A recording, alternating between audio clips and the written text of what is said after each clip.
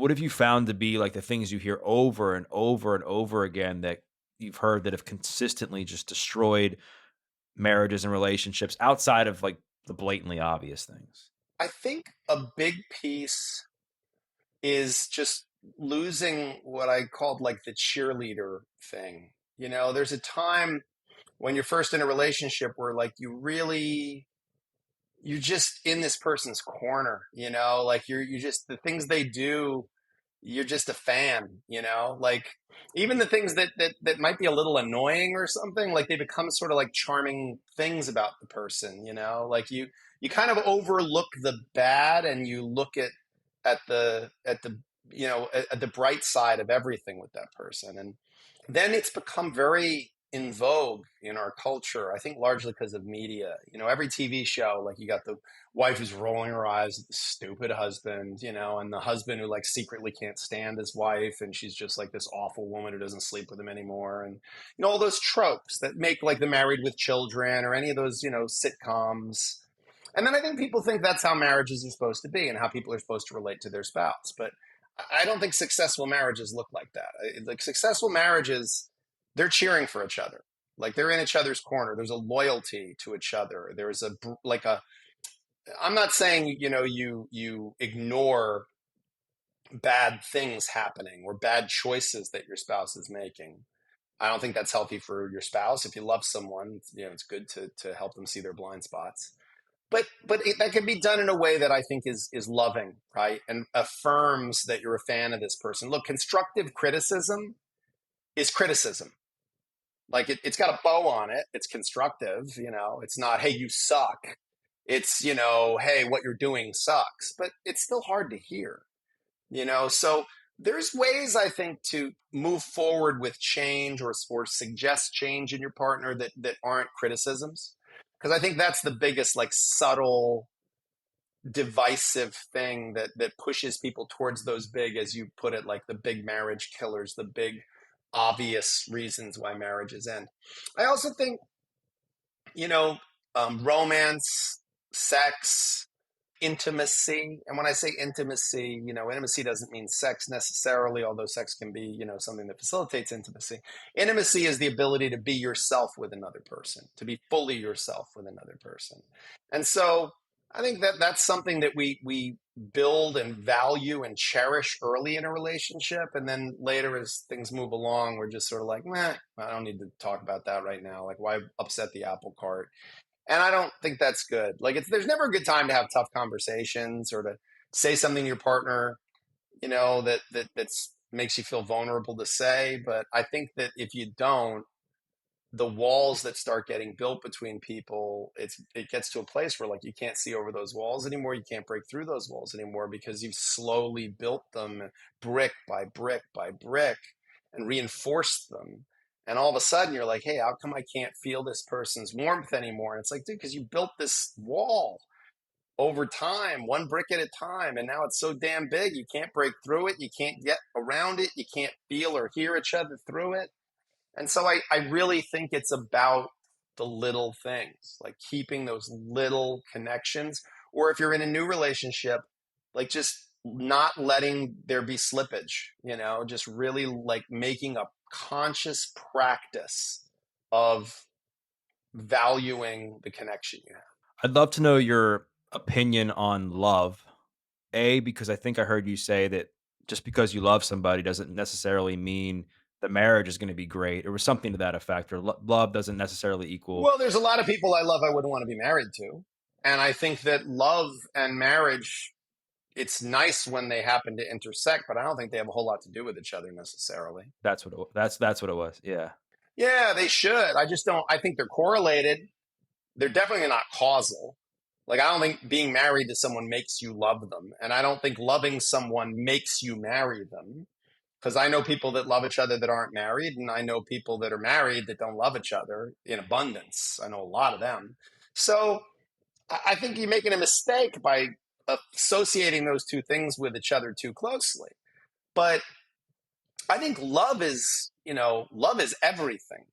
Like I don't, I mean, I know it sounds like an oversimplification, but I think, John Lennon was onto something. Like all you need is love. Like, I think at the end of the day, we're here because of love. Like, we're here trying to find love and feel love and give love. And most people, if you ask them about their lives, like, what's important, I was a hospice volunteer for many years. And at the end of people's lives, I spent a lot of time in the room with people who were actively dying. And most people, when they're talking to a hospice volunteer, who you only get to meet because you're dying, they don't talk that much about the shit they own. They don't talk that much about the petty grievances they have with people from their life. They talk about their families. They talk about the things they loved doing, the places they loved going, the memories of moments they loved, that where they felt alive or where they saw something or ate something beautiful that made them feel alive. Like, love is what we're here for. I really believe that. I think being a divorce lawyer has not beat the romantic out of me. I think love is incredible, but I think there's something really, really toxic about not being a realist. Like, I think you can be a romantic and be a realist. I think you can be a romantic and I think it's actually more romantic to be real and honest and to say, like, no one gives you their love permanently. It is loaned to you. And I think marriage creates this false perception that your love has now been permanently gifted to another person. And it makes it really easy to just not care for it anymore because, well, it's mine now. No one can take it away. It's mine. But it's not. It's always on loan. Your life is on loan. Your body is on loan. It's ending. Everything is ending all the time. Like, your life is ending 1 minute at a time. From the minute you're born, we are born into a grave. Like, we are on our way out. And I think we should proceed accordingly. Like, I think if you look at your marriage and you remember it's going to end in death or divorce, but it is going to end, I think you're going to approach it differently. So I really do think that love is what we're after. Marriage is not what we're after. If you're after marriage, then maybe, I don't know, it's a financial thing or it's a transactional thing. But even that, why are you after it? Because you want security and you want to feel like someone's there for you. Okay, so marriage may not be the solution to that problem. Like, there's plenty of bad marriages where people don't feel secure. They don't feel like they have support in their life. So I think it's, what is the problem to which marriage is a solution? And if it's the problem of I don't feel loved, there is not a piece of paper that the government can give you that's going to make you feel loved. Or if it does, it's an illusion. It's a imaginary solution to a real problem. Staying on this theme, people question often, like, I don't know if I am actually in love with this person or I love this person. I don't know if he loves me. I don't know if she loves me. I mean, I guess just based on what you just shared and then also your experience, like, what are some ways that you think people can know if they actually truly like love somebody and how they can tell if their partner actually loves them? Well, I would say there's two distinct meanings, right? So, like, love is a feeling and love is a verb. So love is a feeling. Like, I love this person and I feel loved by this person. Like, that's a feeling. And then love is also a verb. Like, I'm going to love this person.